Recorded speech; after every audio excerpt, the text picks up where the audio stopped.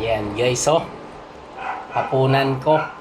Hapunan namin ni Mamu. So nagluto muna ako ng syempre ang walang kamatayang aking paboritong lutuin, ang chicken adobo. So ito napakamura lang nito. Worth 150 pesos lang. Meron ka ng masarap na chicken adobo. Yan guys, so ayan, samahan nyo ako, kain tayo. After 5 minutes, luto na to. Ayan, napakasarap niya, no? Ang bango-bango niya. Oh.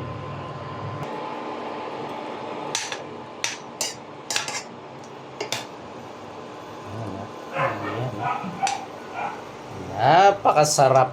Ayan, no? Ang bango-bango na niya.